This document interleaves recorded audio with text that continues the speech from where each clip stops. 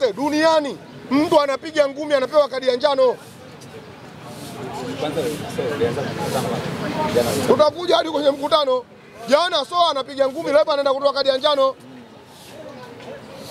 Wewe unataka apewe wafungu ngapi? Nyekundu pale. Jana na wale watoto wenyewe wapo sawa. Ukitazama kufika hata wale walifika. Walikosa magoli mengi. Walikosa hata wale walikosa. Wale ndio walikosa hatari zaidi kuliko Simba. Yaani wale kama angekuwa makini jana tunaona 7-6 swala kawaida.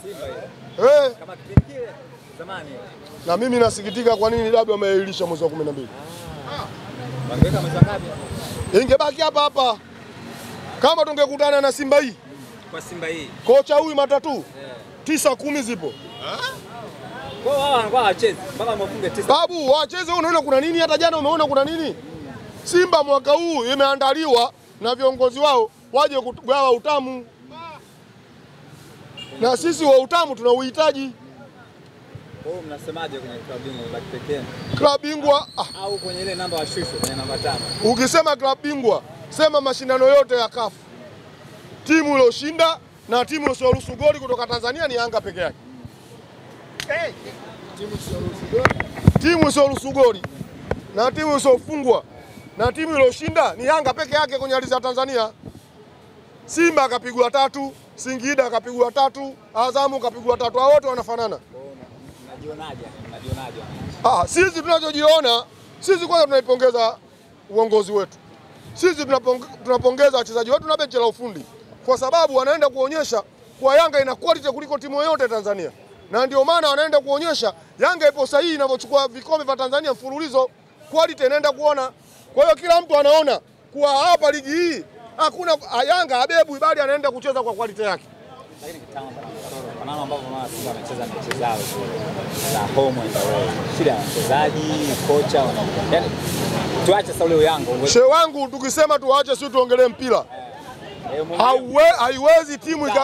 Hauwezi timu ikafanya vizuri kuna uongozi wa uni. Unamaanisha nani muone Simba? Nakwambia na kurudia tena. Timu haiwezi kufanya vizuri kuwa na viongozi wa uni. Viongozi wa Simba wa uni. Kwa nini? Kwa nini unasema uni? Nini wamefanya kuthibitisha uni? Shehe wangu siku zote naongea watu wanasema mimi nawatukana. Mimi si watukani, naongea kitu sahihi. Hauwezi kwenda kuweka mkutano. Yaani siku hiyo mkutano, siku hiyo mechi. Hakuna taratibu. Shehe wangu, hebu nisikilize basi. Alitoa maelezo. Taratibu. Kila mwaka katiba za Simba na Yanga inabidi ufanyike mkutano mkuu. Kila mwaka. Ligi sisi hapa imeisha mwezi wa 6. Imeanza mwezi wa 9. Hichi kipande hichi kipo wazi, wao wangeweka mkutano wao, wangeenda kutoa malumbano yao. Wangerudi kwa pamoja, wangeenda kufanya vizuri. Ila kutokana na uongozi wa uni wameweka siku hiyo ya mechi na siku hiyo ya nini? Ya mkutano. Shehe wangu, hakuna mkutano unaenda kufanyika wa kichizi kama Simba.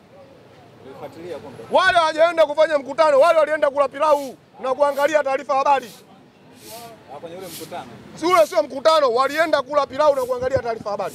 Agenda zikufresh Agenda mimi sijaona agenda, hakuna timu yoyote mkutano mkuu agenda unaenda kuzikuta kwenye mkutano. Agenda zinatolewa mapema.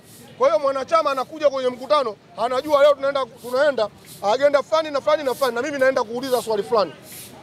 Kwa hiyo wao timu yao inapelekwa kiuni. Ila wanapopeleka timu kiuni, wanajua wanaongoza kina nani. Huko upande wa Mangungu. Sio watu wanaoongoza akili zao, viongozi wao wanazijua. Kwa hiyo tukiwaambia hivyo watakubali tukamwambia, "Shehe wangu, wewe tokea uzaliwa uliwahi kuona mkutano unazimwa taa?" Umeme ulikatika pale. Nakwambia lazima nasoma lini. Umezimwa taa imewashwa, mwenyekiti hayupo. Sio umeme ulikatika. Rafiki yangu ndio timu wa uni, mwenyekiti alisema najinyosha. Anajinyosha, umeme umekatwa na mkutano umekatika. Hapa huwezi kuona timu inaenda kufanya vizuri. Wenzetu bado hapo nyuma sana. Ni kama unaidharau kazi ya Mangungu uongozi. Sio unaidharau. Watu yameenda kwenye mkutano matabaka matatu. Shida yake matabaka matatu wameenda kwenye mkutano. Kuna watu wameenda Mangungu wabaki, kuna watu wameenda Mangungu watoke. Kuna watu wameenda wanajua tukibadilisha katiba ambao wataondoka. Kwa hiyo kama mnaenda watu hivi, hamwezi kwenda kubadilisha katiba. Hamwezi kwenda kwenye mabadiliko. Na ndio maana unaona wao ndio wa kwanza kuanza mabadiliko. Leo hii wao ndio wa mwisho. Anataka kuandikisha wanachama. Maanisha mabadiliko. Hauwezi kuandikisha mwanachama shehe wangu kama katiba yenyewe haijapita unaandikisha. Anataka kuanza mfumo. Wanaanzaje na kati katiba haijapita? Katiba kwa msajili haijapita. Unapataje wanachama wapya? Mambo yao. Mbona kama mnataka kusemea? Sio nawasemea. Kanuni zipo wazi na sheria zipo wazi. Huwezi kupata wanachama wapya kama hauna katiba. Maana Simba sasa hivi hawana katiba haijapita. Wanaendaje kupata wanachama wapya? Wao wafanyaje sasa? Kwanza waende kupitisha katiba. Kwa sababu jana wamevurunda hajapitisha tena katiba. Wamerudi nyumbani wameenda kupumzika, waandae pilau lingine waende. Mwakani. Kwa hiyo wataenda kupitisha mwakani. Na mwakani ukivunjika watakuwa mwakani. Hii shida yote hakuna tajiri Muhindi. Kwenye mpira hakuna tajiri Muhindi zidi Simba na India. Lakini Mo alikuwa anashangiliwa sana. Sasa kushangiliwa kuna tajiri unatajwa anashangilia. Na kuambia tena Muhindi kwenye mpira utampata Simba na utapata India. Kwa Waarabu Muhindi mfanyakazi wa ndani muosha vyombo. Ndio hivi unavyoona wanapopelekwa Simba wote wanakuwa waosha vyombo. Bana dirisha dogo linakuja, mnamchukua nani pale Simba? Nyinyi mna tabia za kuchukua wachezaji wa Simba. Dirisha dogo. Sisi Mpanzu kipindi kile. Nani? Wao ukizungumza Mpanzu hata leo naona Mpanzu akili yake ipo Yanga, mwili upo Simba. Hawezi kucheza mpira shehe wangu. Kwa upana kama makusudi. Sio makusudi, akili yake Mpanzu inawaza Yanga. Na kila Yanga akiona inafanya vizuri Mpanzu anazidi kuchanganyikiwa.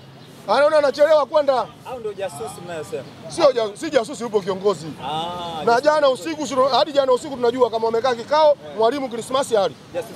Jasusi lenu hii kanayo.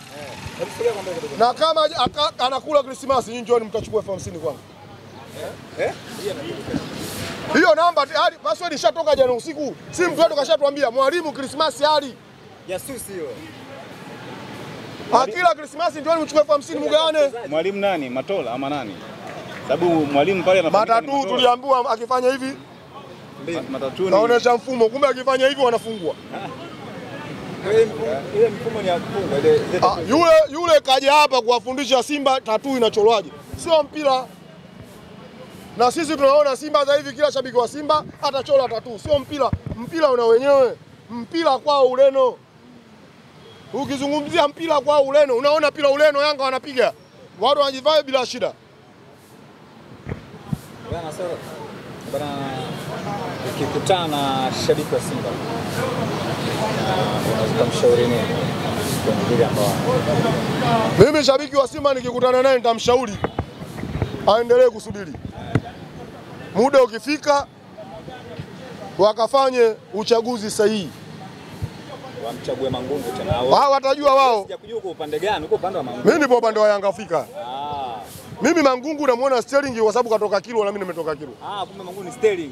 Mangungu hii ni Sterling. Omboi kabisa. Omboi.